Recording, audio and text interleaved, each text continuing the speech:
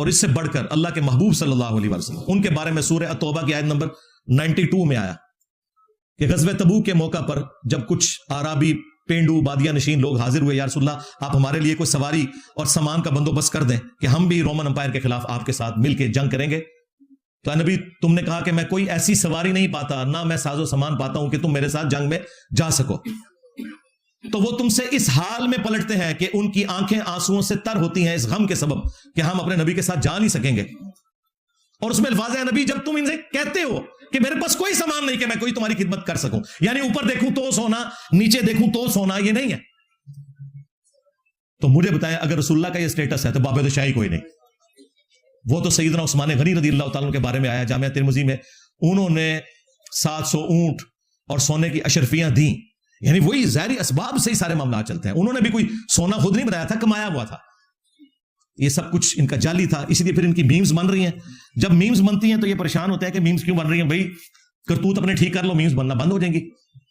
یہ تم نہیں مطلب لوگوں کو کہانیاں کرائی ہیں نا کہ جی ابو الحسن خرقانی جو تھے ان کا کرتا تھا محمود غزنوی کے پاس، سومنات پہ اتنے حملے کیے، آخری حملے کی دفعہ وہ ساتھ لے گیا اور اس کے وسیلے سے دعا کی اور فتح ہو گئی، اور رات کو بابا جی آئے تھے ناراض. حضرت ابو الحسن خرقانی ایک بزرگ گزرے ہیں، یہ حضرت باعزید بستامی کے سجادہ نشین تھے. اتنے بڑے آدمی تھے، اپنا جبہ دیا محمود غزنوی کو، جب مشکل آئی تو دعا مانگنا آگے رکھ کے اللہ فتح دے دے گا. تو محمود کہتے ہیں جب سومنات کے مندر نہیں فتح ہو رہے تھے تو میں نے بابے کا جبہ سامنے رکھ کے دعا کی تو اللہ نے مجھے فتح دے دی. کہتے ہیں بابا جی رات خواب میں ملے تو کہنے لگے تو نے کیا قیمت ڈالی میرے جبے کی؟ کہا حضور کیا مطلب؟ فرمانے لگے تو میرا جبہ سامنے رکھ کے دعا کرتا کہ یا اللہ ہندوستان کے سارے کافر مسلمان ہو جائیں تو اللہ نے توفیق ایمان دے دینی. یہ تو نے کیا دعا مانگی ہے؟ بابے ناراض ہو جائیں منانا بڑا مشکل ہوتا ہے. انہوں نے کہا جی کیا ہو گیا جناب؟ انہوں نے کہا تو نے اتنی کم قیمت لگائی میرے کرتے کی، اگر تو یہ دعا کرتا نا کہ قیامت تک ہند کی سرزمین میں کوئی کافر نہ رہے تو یہ دعا قبول ہو جاتی، تو نے کم قیمت لگائی ہے. استغفر اللہ. اندازہ کریں. اور یہ تذکرۃ الاولیاء میں شیخ فرید الدین عطار نے نقل کیا واقعہ، جنہوں منگولوں نے، اور آج ان منگولوں کی اولاد مسلمان ہو کے ان کی طرف منسوب ان باتوں کا پوسٹ مارٹم کر رہی ہے الحمدللہ. اچھا، نبی علیہ السلام کا کرتا مبارک، بال مبارک، تبرکات صحابہ کے پاس تھے. صحیح مسلم کے اندر حدیث ہے کہ کسروانی تیالسی یعنی پرشین امپائر کا تیالسی یعنی کالا جبہ، جس طرح کے سندھی اجرک ریڈ ہوتی ہے تو کسروانی تیالسی جبہ کالا نکالا. اسما بنت ابی بکر نے ان کا کہ یہ نبی علیہ السلام کا مبارک کرتا ہے جو آپ پہنا کرتے تھے اور ہم اس کا 52 مریضوں کو شفا کے لیے دیتے ہیں. صحابہ کے پاس تو نبی علیہ السلام کا کرتا تھا، وہ نہیں لے گئے جنگ قادسیہ اور یرموک کے اندر. 8,500 صحابہ اور تابعین شہید ہوئے ہیں قادسیہ میں. ہاں، سینکڑوں لوگ ہاتھیوں کے نیچے آ کے شہید ہوئے ہیں. تمہارے بزرگ نگاہ مار کے تو یہ کر دیتے تھے، کچھ بھی نہیں کر سکتے. کدھر گئی تمہاری بزرگی؟ وہ خادم رضوی صاحب کہا کرتے تھے کہ جی امام مالک فرماندے نے امت مر جائے کہ نبی دی گستاخیاں ہو رہی ہیں اور امت زندہ ہے. امام مالک فرماندے تھے پھر امت زندہ کیوں ہے؟ پھر مر جائے ساری، پھر مر جائے ساری. پوری عالم اسلام اس وقت یا تو مر جائے، یا تو مر جائے سارا عالم اسلام، یا پھر حضور کی عزت پر پہرا دے. بس دو باتوں میں سے ایک بات ہے، بس یا سارا اکٹھا ہو کے مر جائے تو یا پھر فرانس کو جواب دے. میں کہ بابا جی رک جاؤ، پہلے تیرے بابے مر جان. غوث کتب ابدال جنہ دی ڈیوٹیاں نے کتھے مر گیا بابا جی دی ڈیوٹی ہے جتھے یوٹیوب دی ہارڈ ڈسک پئی نے. جہاں یوٹیوب کی ہارڈ ڈسک رکھی ہے وہاں جس بابے کی ڈیوٹی ہے انہوں لے آؤ ذرا، وہ کتھے 295 سیل وہاں.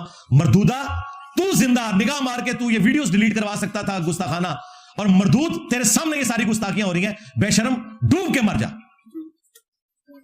کدھر گیا تو؟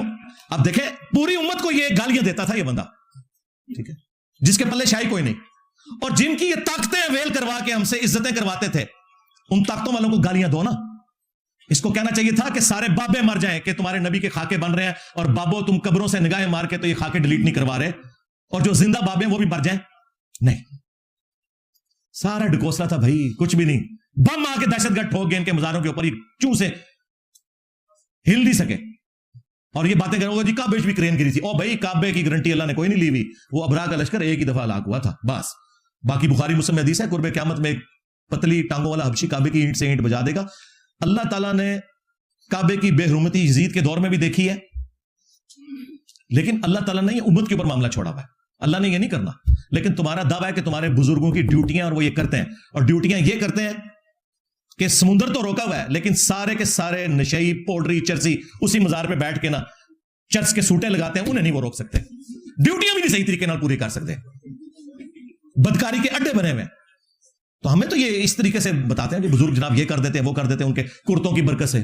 بھائی صحیح بخاری میں ہے, حضرت ام سلمہ ہماری ماں نے نبی الاسلام کے چند مبارک بال نکالے اور کہا کہ ہم ان کا دھون مریضوں کو شفا کے طور پر دیتے ہیں. لیکن وہ بال مبارک صحابہ کرام کسی جنگ میں نہیں لے کے گئے کہ وہ سامنے پیش کریں. وہ ایک خالد بن ولید کے بارے میں بھی ایک انہوں نے روایت حاکم سے پیش کرتے ہیں, جعلی روایت ہے, لیکن وہ بھی ان کی ٹوپی مبارک کے اندر بندھے ہوئے تھے. وہ یہ نہیں تھا کہ ایسے سامنے رکھ کے تو یہ کرتے تو وہ کرتے, وہ بھی ان کے کسی کام کی نہیں ہے. عجیب انہوں نے تماشے لگائے ہوئے ہیں. اچھا یہ قصے کہانیاں سنا کے نا یہ آپ کو مرعوب کرنے کی کوشش کرتے ہیں کہ آپ بزرگوں سے ڈر کے رہیں ہمیشہ. لیکن ہم نے تو اب ٹریننگ یہ کی ہے کہ بس ان کی اب میمز بننی ہے. ہاں صرف ان بابوں کا احترام ہونا ہے جو کتابوں کا احترام کرتے ہیں. یہ دیکھ لیں بخاری مسلم بھی بابے تھے نا, آج احترام سے ان کی کتابیں رکھی ہوئی ہیں 1200 سال بعد بھی. کیوں؟ یہ ہمارے نبی کے وفادار ہیں. لیکن تمہارے بابے, ان لوگوں نے عزتیں اویل کی اللہ اور اس کے رسول کے نام کے اوپر, چندے بٹورے انہوں نے اللہ اور اس کے رسول کے نام کے اوپر عز وجل و صلی اللہ علیہ وآلہ وسلم, اور سواریاں سوار کی مکے اور مدینے کی آوازیں لگا کر, لیکن پھینکی بغداد شریف میں, اجمیر شریف میں, دیوبند شریف میں, بریلی شریف میں. غداری کی ہے. اور دیکھ لو تمہاری اس غداری کا کیا انجام ہوا ہے. ہاں ہاں 1200 سال میں جتنی عزت اویل کی تھی 12 سالوں کے اندر اللہ تعالیٰ نے عزت تم لوگوں کی جو جھوٹی عزت تھی مٹی میں ملا دیا, اور کتنی بڑی شے تمہارے اوپر چھوڑ دیا ہے. ہاں میرے نبی سا ہے ہی کوئی نہیں, تیرے بابے تھے شے ہی کوئی نہیں. بس ان کے بابوں کی اب میمز بننی ہے کہ جی یہ ہو گیا تو یہ ہو گیا. پھر یہ کہتے ہیں کیوں بن رہی ہیں بھائی یہ جی کرامت, ہم کرامت کے منکر نہیں ہیں. تمہارے بابوں کی بزرگی کی اور ان کی کرامتوں کے منکر ہیں, ہم کرامتوں کے منکر نہیں ہیں. ہاں ہم تو ان لوگوں کا اسلام بھی مشکوک مانتے ہیں. لیکن پھر بھی دیکھ لو ہم نے کبھی نہیں کہا کہ جا کے فلاں مزار کے اوپر بم پھاڑ دو یا فلاں مزار کو گرا دو. نہیں, ہم کہتے ہیں بریلوی خود گرائیں گے انشاءاللہ. ایک دن آئے گا جب یہ حق بات وہ آہستہ آہستہ قبول کرتے چلے جائیں گے, کرتے چلے جائیں گے, اللہ تعالیٰ انہیں خود اس حق کی طرف رہنمائی دے گا انشاءاللہ تعالیٰ. تو یہ کمپیریزن میں بار بار قرآن و سنت کے حوالے سے ان کے بزرگوں کا, کیونکہ اصل تکلیف ان کو بزرگوں کی ہے. گستاخ رسول یہ تو ایک ٹرم انہوں نے ویسے جنرل بنائی ہوئی ہے نا. میرا اصل مسئلہ ایک ہی ہے کہ میں ان کے 100 کارڈ جو بزرگ جنہوں نے کتابوں سے غداری کی ان کی گستاخی کرتا ہوں, اور اس کے لیے کوئی بھی لفظ ریوائز کر لیں. ان کو نبی الاسلام کی عصمت اور عفت کے ساتھ کوئی لینا دینا نہیں, یہ ذہن میں رکھیے گا. اگر ہو تو یہ جو میں نے چشتی رسول اللہ والی بات کی ہے اس سے اعلانیہ توبہ کریں, اعلانیہ توبہ کریں کہ کشف المجوب کے اندر علی بن عثمان حجویری نے, چلیں ہم ایک ٹن حسن ظن رکھتے ہیں کہ ان کی طرف منسوب ہے وہ کتاب, لیکن یہ کہہ رہے ہیں نہیں انہی کی کتاب ہے.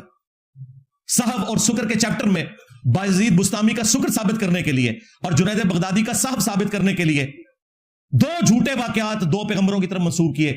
حضرت داؤد علیہ السلام کے اوپر جھوٹ باندھا جو تورات میں لکھا ہوا تھا کہ وہ اپنے صحابی کی بیوی پہ عاشق ہوئے اور اسے مروا کے خود شادی کر لی, اور نعوذ باللہ ہمارے نبی علیہ السلام کے بارے میں لکھا کہ انہیں بھی اپنے ایک صحابی کی بیوی پسند آئی اور نگاہ پڑی تو اللہ تعالیٰ نے اس کی نفرت ڈال دی اس صحابی کے دل میں, اور نبی علیہ السلام نے نعوذ باللہ شادی کر لی.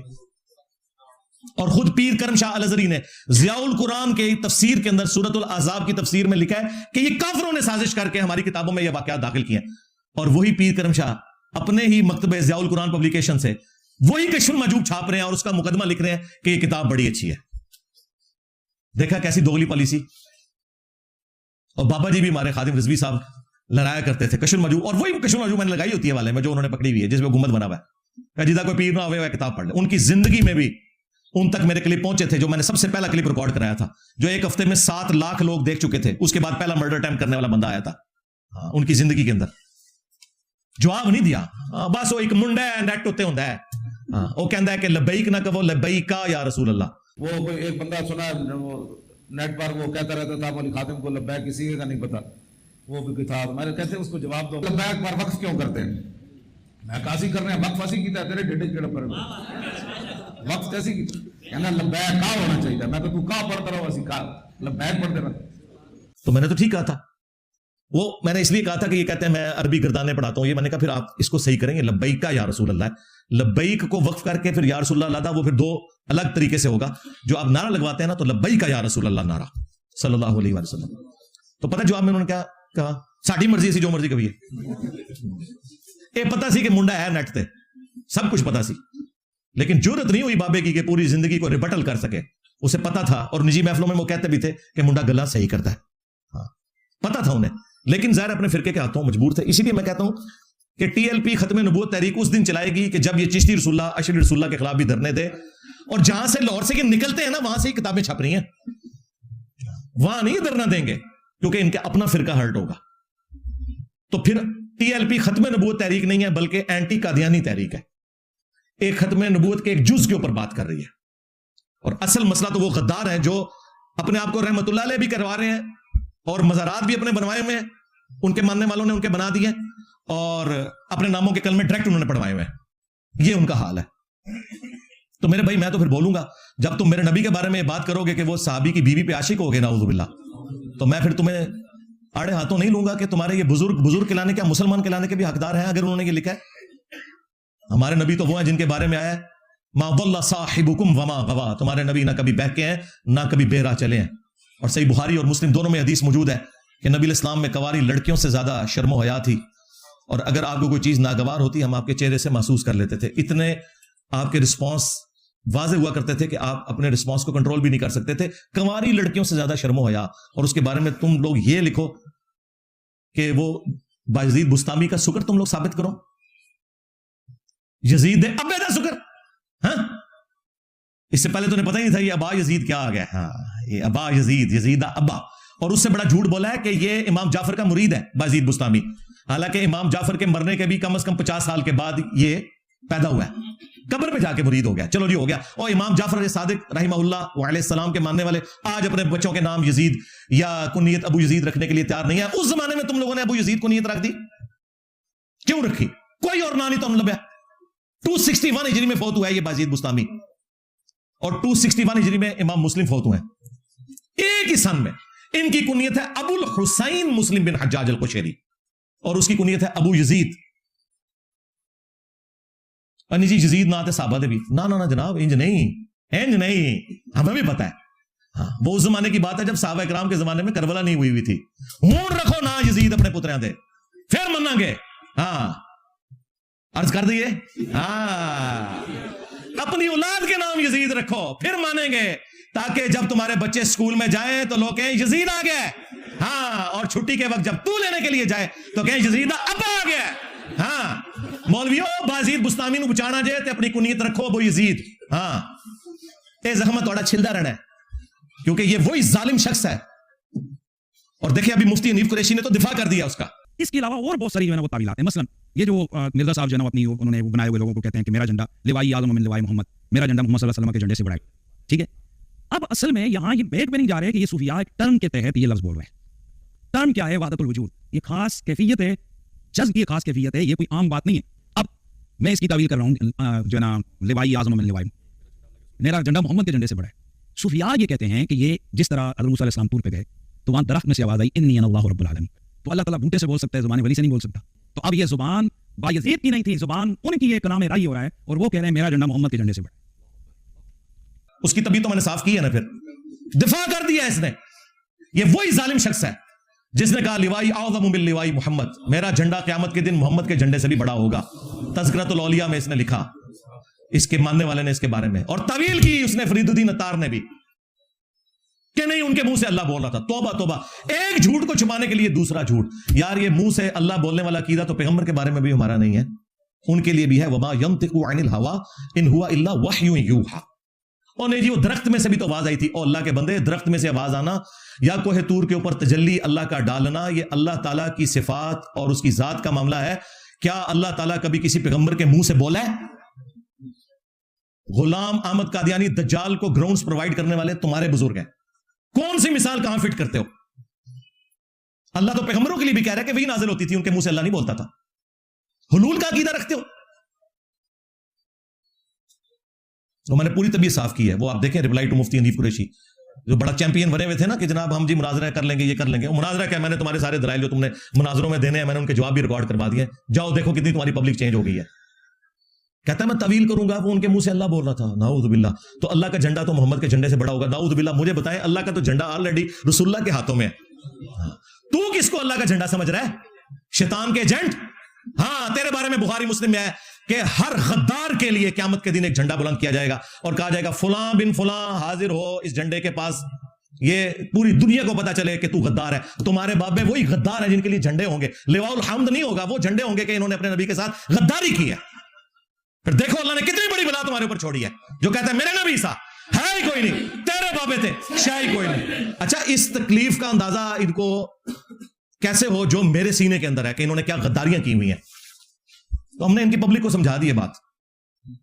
اور دیکھو تمہارا بازید تو یہ بکواس ارشاد فرما کے گیا, اگر اس نے کہے, اور نہیں کہ تو وہ اللہ کے حضور ہم اس کا نہ دفاع کرتے ہیں نہ وہ, لیکن چونکہ تم مانتے ہو.